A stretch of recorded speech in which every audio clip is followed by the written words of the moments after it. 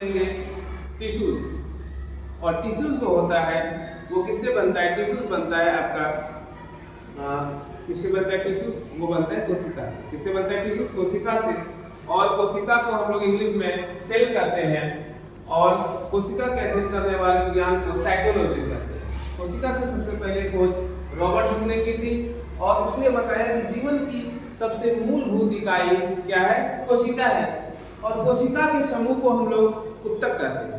कोशिका आपके बहुत प्रकार के होते हैं, आरबीसी, डब्ल्यूबीसी, इसके अलावा श्वेताणु, निर्माणु, ये सभी कोशिका में आते हैं। कोशिका से हम लोग आगे चलेंगे और कोशिका के समूह को collection of cell is called tissues.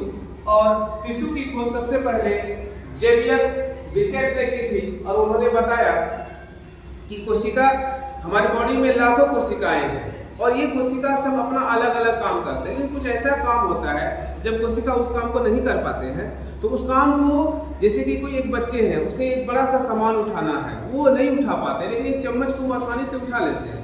लेकिन उसे बताते हैं कि नहीं आप क्या करिए, ठीक है, एक पूरा जो है कोई बड़ा सा एक पैकेट उठाइए चावल का, वो नहीं उठा पाते। तो बहुत सारे बच्चों को हम लगा देते हैं कि वो चावल को क्या करेंगे, फटाफट उठा लेंगे। तो जब उसी प्रकार से जब शरीर में एक कोशिका किसी काम को बॉडीज में, ह्यूमन बॉडीज में नहीं कर पाते हैं, लेकिन अगर बहुत सारे हम कोशिका को लगा देते, सपोज दैट कि ये सब एक सेल है, ये सारा सेल है, ये सब सेल है और एक काम को करना है, ये काम को अकेले एक सेल नहीं कर सकते। लेकिन जब हम बहुत सारे सेल को, कलेक्शन ऑफ सेल को एक साथ लगाते हैं, इस काम को क्या कर दिया जाता है? काम को डन कर दिया जाता है, ये काम हो जाता है। तो हम कहते हैं कि collection of cell is called tissue in certain place and for doing certain work. Then हम लोग डिफाइन करते हैं ऊतक को, कोशिका का वह समूह जिसकी संरचना और कार्य समान हो, यानी कि वो ऐसा काम होगा जो बिल्कुल सेम होगा, वो काम अलग नहीं होगा और सारी कोशिका एक समान होगी, यानी कि सारी कोशिका एक समान होगी। कहने का मतलब यदि किसी एक काम को आप करवाना चाहते हो, वो बड़ा काम हो, तो ये आप 9 क्लास की 10 बच्चों से करवा सकते हैं, ठीक है, जो कि सेम एज का है, वो सेम क्या लगाएगा? पावर लगाएगा। लेकिन अगर हम उसको 7 के 6 को और 5 को सब क्लास के बच्चों को मिला के वो काम कराएंगे तो वो काम उतना परफेक्ट नहीं हो पाएगा। इसलिए इसमें एक टाइप का क्या चाहिए? एक टाइप की उसका क्या चाहिए? स्ट्रक्चर चाहिए। तो हम कहेंगे कोशिका का वह समूह जिसकी संरचना और कार्य समान, उसे ऊतक कहते हैं। और ऊतकों का अध्ययन करने वाले विज्ञान को हम लोग कहते हैं हिस्टोलॉजी। हिस्टोलॉजी में ऊतक का अध्ययन किया जाता है, जिस प्रकार से कोशिका के अध्ययन करने वाले विज्ञान को साइटोलॉजी कहा जाता है। अब ऊतक के प्रकार, टाइप ऑफ टिश्यूज देखेंगे तो it is mainly tissues of 2 type. First of all plant tissues and second animal tissues, ठीक है।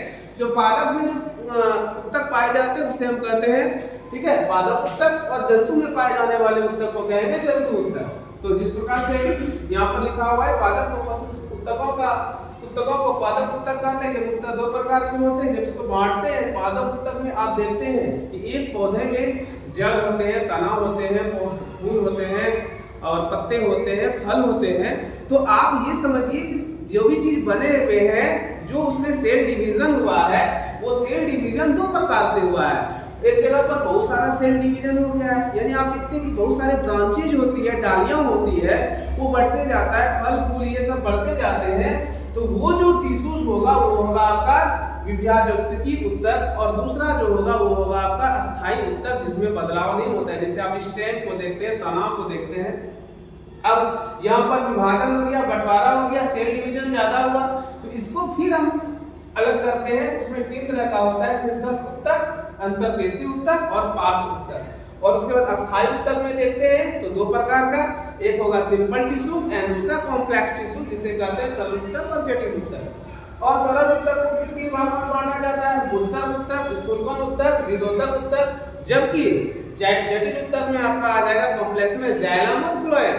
जाइलम का काम है जल को और खनिज लवण को जड़ से लेकर पूरे पादप यानी फल फूल तक पहुंचाना, सभी भागों में जल को ले जाना। फ्लोएम का काम है सभी प्रकार के जो उसे न्यूट्रिशन मिलेगा, और बहुत सारा चीज न्यूट्रिशन मिलेगा, कार्बन डाइऑक्साइड मिलेगा, वगैरह वगैरह चीजों को पूरे शरीर में भोजन को पहुंचाना। चलिए थैंक यू। इसके बाद सेकंड क्लास में मिलते हैं। धन्यवाद।